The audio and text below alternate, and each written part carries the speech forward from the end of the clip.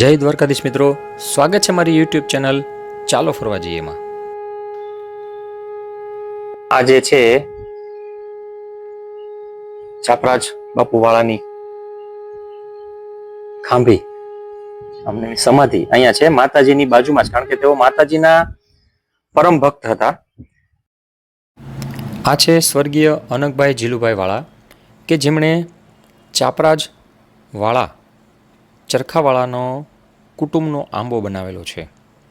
સ્વર્ગીય અનકભાઈ પણ ચરખા ચાપરાજવાળા બાપુના કુટુંબમાંથી જ આવે છે અને આ આખો આંબો હાલ ચલાળાની અંદર મોજૂદ છે. અનક બાપુના દીકરા ચંપુભાઈ વાળા હાલ પાણીયા દેવ ખાતે સરપંચ છે. તો હું અત્યારે છું મિત્રો જૂના ચરખામાં, અને જૂના ચરખાની અંદર હું આવ્યો છું વાયા ચલાળાથી. ચલાળાથી આવવામાં જે છે એ આ રસ્તો છે, આ બાજુ હું તમને જે દેખાઈ રહ્યો છું. અહીંથી તમે ચલાળાથી આવી શકો, અને આ જે રોડ છે અત્યારે જે તમે સામે જોઈ રહ્યા છો એ રોડ અત્યારે જઈ રહ્યો છે કથિરવદર અને સોનારિયા, એટલે આ રોડ ત્યાં જાય છે.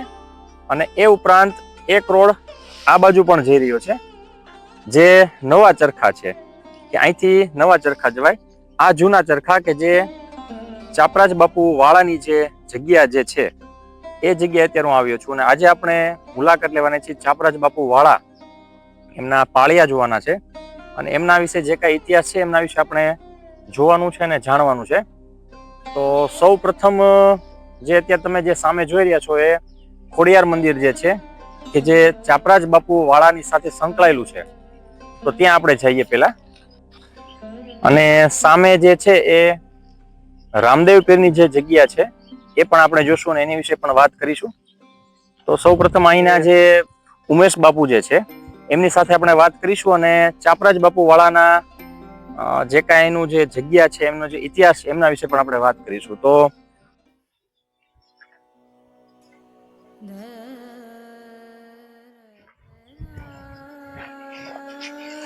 આ સરસ મજાની જગ્યા જે ખોડિયાર માતાજીની જગ્યા છે.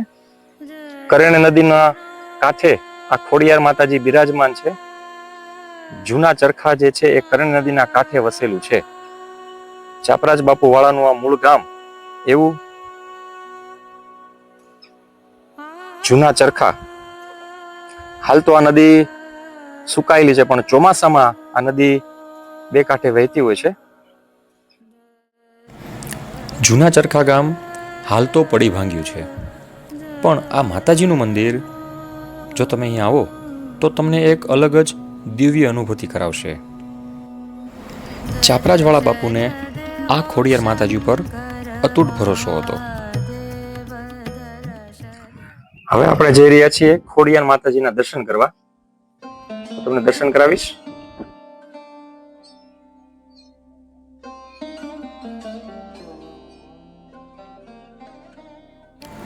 મિત્રો, સાચે જ એકદમ નીરવ શાંતિ, કર્ણ નદીનો કાંઠો અને કાંઠે જ બિરાજમાન છે આ ખોડિયારમાં. આ છે ચાપરાજ બાપુનો ઇતિહાસ કે જે અહીં લખેલો છે. એમ છતાં આપણે હમણાં ઉમેશભાઈ પાસેથી એમનો ઇતિહાસ જાણીએ છીએ. આપણે ઘણું બધું સાંભળ્યું છે, પણ આજે રૂબરૂ એમના જ ગામના એમના જ કુટુંબીના વ્યક્તિ પાસેથી જાણીએ તો ખરેખર મજા આવશે. મારી સાથે છે જૂના ચરખા ગામના ઉમેશભાઈ વાળા, અને તેઓ એમનો પરિચય આપશે ને આપણે એમને પૂછીએ કે ભાઈ જૂના ચરખા વિશેની જે કઈ માહિતી છે, અને ખાસ કરીને ચાપરાજ બાપુ વાળા જે અહીંના જૂના ચરખામાં થઈ ગયા, તો એમના વિશે જે કઈ માહિતી છે ને આપણે એમની પાસેથી જાણવી છે. ખાસ આ જગ્યામાં જે આપણે બેઠા છીએ એ ખોડિયાર માતાની જગ્યા છે, અને આ જગ્યા ખૂબ જાગૃત જગ્યા કહેવાય છે. આ માતાજીના પરચા પણ છે, એના વિશે પણ શું આપણી પાસે માહિતી છે બાપુ પાસે, તો એ પણ આપણે એની પાસે જાણીએ. તો બાપુ રામ રામ. રામ રામ. મને જણાવો કે આ જૂના ચરખા ગામ કેટલું જૂનું, આના તોરણ કોણે બાંધ્યા હતા, અને ખાસ તો અમારે ચાપરાજ બાપુ વાળા વિશે જાણવું છે, અને માતાજી જે છે એમની સાથે શું સંકળાયેલા હતા એ વાત જે કઈ હોય તો મને જણાવો. મારો પેલા પરિચય આપું. ઉમેશભાઈ ભીમભાઈ વાળા, મારું મૂળ ગામ ચરખા. ચાપરાજ વાળાના અમે વાળા કુટુંબ બધા એના વંશના. બરોબર. બીજા નંબરમાં છાપરાજ બાપુના 200 વર્ષ થઈ ગયા. 200 વર્ષ 200 વર્ષ થઈ ગયા. માતાજી ખોડિયારમાં પ્રસન્ન થયા હતા છાપરાજ બાપુનું 12 હતું ત્યારે. બરોબર. છાપરાજ બાપુનો એવો નિયમ હતો કે દીવો કરવા અહીંયા આવવાનો રોજ. અહીંયા આ સ્થળ આ જગ્યા આ સ્થળ. બરોબર. માતાજીને દીવો કર્યા પછી છાપરાજ બાપુ ગમે ત્યાં જઈ શકતા હતી. બરોબર. પછી છાપરાજ બાપુનો એવો નિયમ પછી પોલીસને ખબર પડી, એ તો અંગ્રેજ સરકાર હતી બરોબર, એને ખબર પડી કે ભાઈ આપણે છાપરાજ બાપુને પકડવા હોય તો ખોડિયાર મંદિરે આપણે એને કોલ્ડિંગ કરવું પડે. બરોબર. એટલે ખોડિયાર મંદિરે આવી અને પોલીસ ત્યારે ગોઠવાઈ જતી આમ ચારે બાજુ કે આગળ આવે છાપરાજ બાપુ આગળ પકડી લઈ. પણ એવું ન બનતું. માતાજી એને પ્રસન્ન હતા. છાપરાજ બાપુ દીવો કરીને વ્યા હતા ત્યારે એને ખબર પડતી કે હવે છાપરાજ બાપુ નીકળી ગયા.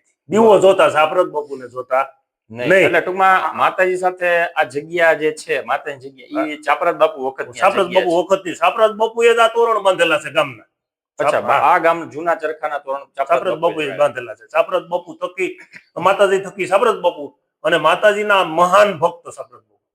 બરોબર. બીજું બાપુ મને એ કયો કે છાપરાજ બાપુ છે એમના આપણે આ ગામ એમના ધણી હતા ક્યાંય કે પછી? નહીં, અત્યારે અમે ઈ જ, બીજું કોઈ નહીં. નહીં, આમ આપણે નથી કેતા કે ખુમાણ પરિવાર હતા કુંડલા, તો એમને નીચે 24 ગામ હતા કે આપણે બાપુ નીચે સરખા નીચે ઘણા ગામ હતા, 12 ગામ હતા. બરોબર. ટીમલા અમારું, ટીમલા ટીમલા અમારું, સાડ કેરિયા અમારું, ચાડિયા અમારું, ધારગણી અમારું, મીઠાપુર અમારું, ચલાલા અમારું. આ બધું સાડકા વાળા છાપરાજ બાપુ નો બધા વંશ કે. બરોબર. ટીમલા જે તમે કયો છો એ ટીમલા આપણે બગસરા ટીમલા એ છે. એ 12 ગામ હતા એમાંનું એક ગામ એ અમારું. બરોબર છે. પછી સાડ કેરિયા કહેવાય. હા, એટલે સાડકા અમારી અટક છે, સાડકા વાળા. એટલે સાડ કેરિયા એની ઉપરથી સાડ કેરિયા નામ પડ્યું. ચાડકા વાળા મૂળ અટક એમાંથી એમ કહેવાય કે વાળા. હા, એટલે મૂળ ગામ ચરખાનું આ નીચેના ગામડા બધા. બરોબર. પછી છાપરાજ બાપુની કેટલા ભાઈઓ, માતા પિતા? છાપરાજ બાપુના ભાઈઓ 2 છે એવો મને ઇતિહાસ છે. મૂળ વાળા અને છાપરાજ વાળા. બરોબર. એનો વંશા વાળા કુટુંબ બધું. બરોબર. છાપરાજ બાપુનું પરંપરા તો મૂળ ગામ આ જન્મભૂમિ છાપરાજ વાળાની આ સરખા છાપરાજ વાળા તરીકે ઓળખાય. પછી મૃત્યુ અહીંયા જ પ્રેમા હતા. મૃત્યુ અહીંયા પ્રેમા આખી જિંદગી અહીંયા એને પરંપરા ઉજવી ઠેઠ થી ઠેઠ લગી. બરોબર. અને અત્યારે જે છાપરાજ બાપુનો પાળ્યો આ સામે રહ્યો છાપરાજ બાપુનો પાળ્યો સામે અહીંયા જે છે છાપરાજ બાપુનો બીજો ઇતિહાસ તમને કહું કે છાપરાજ બાપુ જયારે જેલમાં અમરેલીની હતા ત્યારે જેલર સાહેબના ઘરના એમને ડિલિવરી આવે એમ, અને છાપરાજ બાપુનો મહાન વ્યક્તિ હતા એવી એને ખબર નથી. એમ ત્યારે તો જેલર સાહેબ હતા એટલે એની પાસે તો બધું હોય ને, ડોક્ટરો હોય, વૈદ્યો હોય, પણ ડિલિવરી એ વસ્તુ બનતી નથી. તો પછી કોકે એમ કીધું કે નાના કેદી સાહેબ આપડા જે છાપરાજ વાળા સરખાના જેલમાં કેદી છે એ જ મહાન છે. તો છાપરાજ બાપુ પાસે જેલર સાહેબ ગયા અને એને એમ કીધું કે છાપરાજ વાળાને બોલાવો. બોલાવ્યા ને એમ કીધું કે ઈ માતાજી કામ કરે, હું કઈ કરતો નથી. છાપરાજ બાપુ એ નાડીનું પનસ્યું ધોય અને બેન ને પાયું, ઈ બાળકનો જન્મ થઈ ગયો એવો ઇતિહાસ બોલે છે. એને વિશે બોલે. પછી તો છાપરાજ બાપુને ઈ જે બેને ભાઈ માન્યા હતા ને બાપુને નિર્દોષ છોડાવ્યા. બાપુ પરંપરા પછી તેથી ઠેર આખી જિંદગી સરખા અહીંયા જ રહ્યા. અને બાપુ જાલગી સરખામાં હતા ત્યારથી કોઈ એને જોયા નતા. ગઢમાં હતા. માતાજીના દર્શન કરવા આવે પણ કોઈ જોતું નતું. એવા વ્યક્તિ હતા. અચ્છા, પછી આજે બારવટુ બાબતે કઈ ખ્યાલ છે કે શું કામ ચેડા કે બારવટુ બાબતનું તમને કહ્યું. બારવટા બાબતમાં એવું છે કે ફૂઈના દીકરી બેન થતા છાપરાજ બાપુ. બરોબર. ઈ તે સમયે એને દુઃખ હતું એવું કઈ. તે ઈ વખતે બારવટે ઈ હિસાબે છેડ્યા કે હામા વાળા વ્યક્તિ કીધું હતું તો પછી તમે સરખાના છાપરાજ વાળા હોય તો બેન ને દુઃખ હોય તો બારવટા કરો અને ભાંગવા દુઃખ. બાપુએ દુઃખ ભાંગ્યું બારવટું ઈ હિસાબે કર્યું. બેન ના પરંપરા. બાપુ મને આ કરણ નદી છે, આપણે આ નદી કાંઠો હતા, આ કરણ નદી ચોમાસામાં ભરેલી કે ફૂલ? હા, ચોમાસું આખું 4 મહિના નદી હાલે. પછી આ નદીમાં એવું છે તો ઈ વખતનું એવું છે કે નદીમાં પાણી રહેતું નથી. આમ ચોમાસું ગયું એટલે આમ પૂરું પાણી સુકાઈ જાય. એ પેલાનો કોઈ પણ ઇતિહાસ એવો છે કે ખરાબ દીધેલા છે નદી. બરોબર. અને બીજું આ નદી ઉત્પન્ન ક્યાંથી? એટલે મૂળ મથાળ કરેણ ગામ. એની ઉપરથી આ નદીનું નામ પડ્યું કરેણ. એટલે આ કરેણ ગામ કઈ બાજુ આવે? કરેણ ગામ આપણે ધારગણીની બાજુમાં. અચ્છા, ધારગણીની ગામ છે. એટલે ટૂંકમાં આમથી આ નદી આવી અને શેત્રુજી ભેગી ભળી જાય. શેત્રુજીમાં ગોખરવાળા શેત્રુજી ભેગી થઈ જાય નદી. બરોબર. પછી અહીંથી પછી ચાંદગઢ અને ગોખરવાળા ની શેત્રુજી આવી. એ સિવાય માતાજીનો કોઈ બીજો પરચો કે પ્રસંગ? માતાજીનો પરચો એવો છે ખોડિયારમાંનો આજની તારીખમાં કે અહીંયા કોઈ પણ દારૂ વાળો વ્યક્તિ, કોઈ પરમાટી ખાધેલો વ્યક્તિ અત્યારે લગી આવે તો એનો લગભગ 99% મારા અંદાજ પ્રમાણે તો હું જોઉં છું કે એનો નાશ હોય છે. ઓહો, એવું છે. અને માતાજી આજની તારીખમાં પ્રશ્ન, અમારા ગામના પટેલ લોકો સુરત બહુ જાજો વસવાટ છે. ઈ લોકો બહુ માને છે. દિવાળી માથે મોટું આયોજન કરે છે. કોણે હતું, હવન હતો અહીંયા. પછી ઈ લોકો ધુવાડાબન ગામને જમાડે છે, 3 ગામને પટેલ લોકો આયોજન કરે છે. આ નવા સરખાવાળા. અને દિવાળી માથે પબ્લિક એટલું હોય કે હામતું ન હોય. જો જાગૃત દેવ હોય તો ખોડિયાર સરખાની એમ છાપરાજવાળાની માતાજી ઓળખાય છે. છાપરાજવાળા ખોડિયાર જ કહેવાય. અને આ માતાજીની સ્થાપના છાપરાજ બાપુએ કરી હતી કે પહેલા? નહીં, માતાજીની સ્થાપના અહીંયા માતાજી પોતે આપોઆપ પ્રગટ થયા છે. માતાજી પ્રગટ થયા છે અને છાપરાજવાળાને પ્રસન્ન થયા છે માતાજી. બરોબર. અને પછી છાપરાજવાળાનું બારોટું છે. આવો ઇતિહાસ બોલે છે. તો હવે તમે જે જોઈ રહ્યા છો એ છે છાપરાજ વાળાની ખાંભી, અથવા તો એમનો પાળિયો કહી શકો તમે.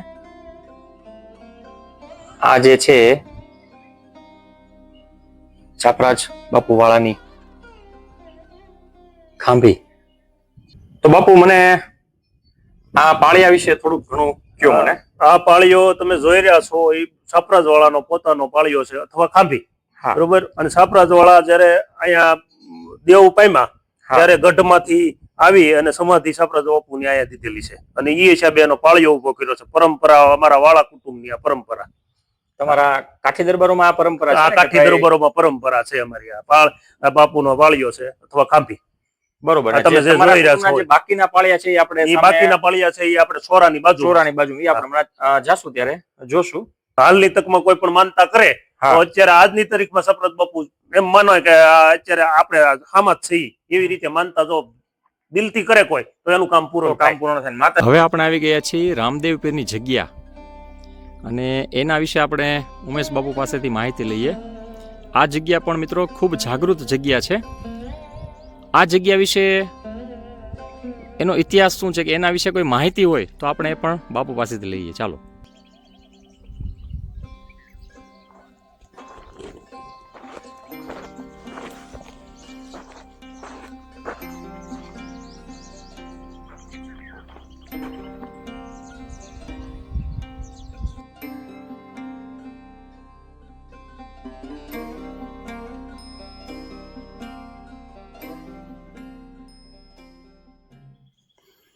તો બાપુ આ જે જગ્યા છે એના વિશે મને થોડુંક કયો.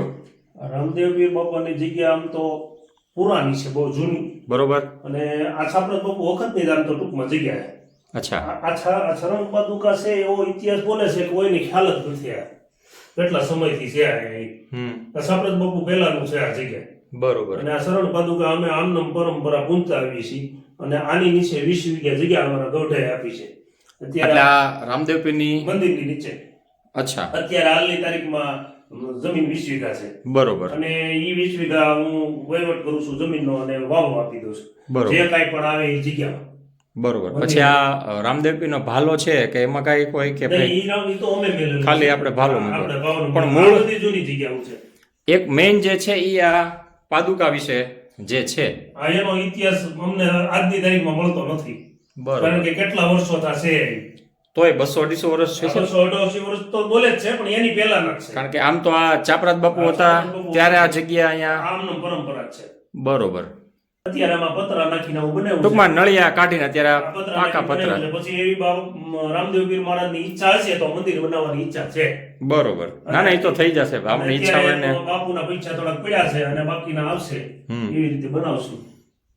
પછી અહીંયા કોઈ સેવા ચાકરી માટે કોઈ બીજા અત્યારે કોઈ નથી. અત્યારે સેવામાં એક અમારા ગોર છે અને ઈ નો હોય તો ગમે તેવા બધી પરંપરા કરતા આવી છે. એક અહીંયા ત્રિશુલ પણ છે, જે એવું કહેવાય છે કે અહીંયા એક બાપુ હતા, અમરનાથ બાપુ, અને એમની આ જગ્યા હતી ને એવું અહીંયા સેવા કરતા. એમનું આ ત્રિશુલ છે એ પણ ખૂબ જૂનું છે, એવું છે ને બાપુ? આ જૂનું પરંપરા ત્રિશુળ માંથી એમ કહેવાનું આવે છે કે બહુ જૂનું વાળી ત્રિશુળ છે બાપુ હતા ત્યારનું. બરોબર. અને અમરનાથ બાપુ કરીને હતા. અને એ બાપુ ક્યાં ગયા હું છે એ કોઈ ખ્યાલ નથી. નહીં વયા ગયા કે એવું કાંઈ? બાપુ એમ કહીને ગયા છે કે હું મારી રીતે આવી. અચ્છા. પછીનો કોઈ એનો પછી આવ્યા જ નથી. પછી આવ્યા નથી. અને આ બાપુનો ધૂણો હતો અહીંયા, ત્યાં ત્રિશુળ જો આમ છે અત્યારે ત્રિશુળ દીવાબત્તી એમ કરી છે.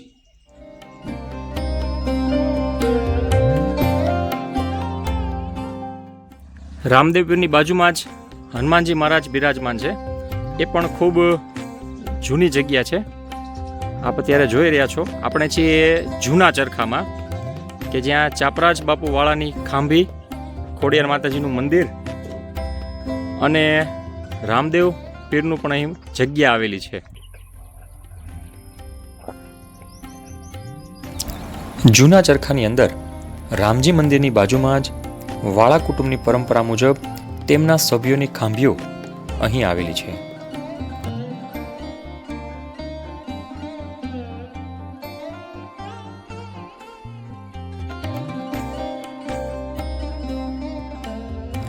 જૂના ચરખામાં હાલ ઉમેશ બાપુની પાસે આ એક દરબારગઢ છે અને આ દરબારગઢ ચાપરાજવાળા બાપુના ઇતિહાસની સાક્ષી પણ પૂરી રહ્યો છે. જૂના ચરખામાં તો હાલ માત્ર 40થી 50 લોકો વસવાટ કરી રહ્યા છે. તેમ છતાં ગામની ભવ્યતા આજે પણ જોવાલાયક છે. ઘણી બધી જાગૃત જગ્યાઓ જૂના ચરખામાં આવેલી છે.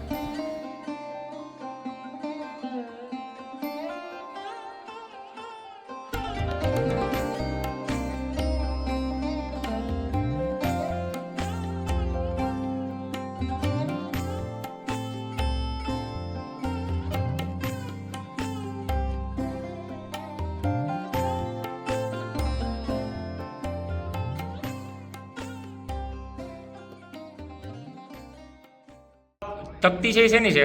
એ આરસની બનાવેલી છે. અચ્છા, અને આ શું ઇતિહાસ એમાં? દરબાર શ્રી વાળા વાતસુર વાતસુરભાઈ ગોદડભાઈ, આ અમારા વડો છોડો હતો, પહેલા જૂનો જે છોડો હતો, એ ગોદડવાળા વાતસુરવાળા બરોબર એમને બનાવ્યો હતો. એનો પરંપરા હું અત્યારે એનો વારસદાર તરીકે હું છું ભાઈ. બરોબર. એટલે આ પછી રિનોવેશન મેં કર્યું છોરા. બરોબર. અને બાજુમાં જે પાળિયા છે આપણા પાળિયા છે એને જ આ બનાવ્યું. ટૂંકમાં વાળા કુટુંબના પાળિયા છે આ વાળા કુટુંબના પાળિયા છે. અને એમણે જ આ મંદિર બનાવ્યું છે. આ મંદિર લગભગ આમાં 1953 નું છે. હા, ઈ પછીનો પછી રિનોવેશન કરાવી મેં આ બધું બનાવ્યું. દિવાલો તો એની જ છે. 1953 એટલે મને 47 ને 70 વર્ષ જેવું જૂનું થઈ ગયું.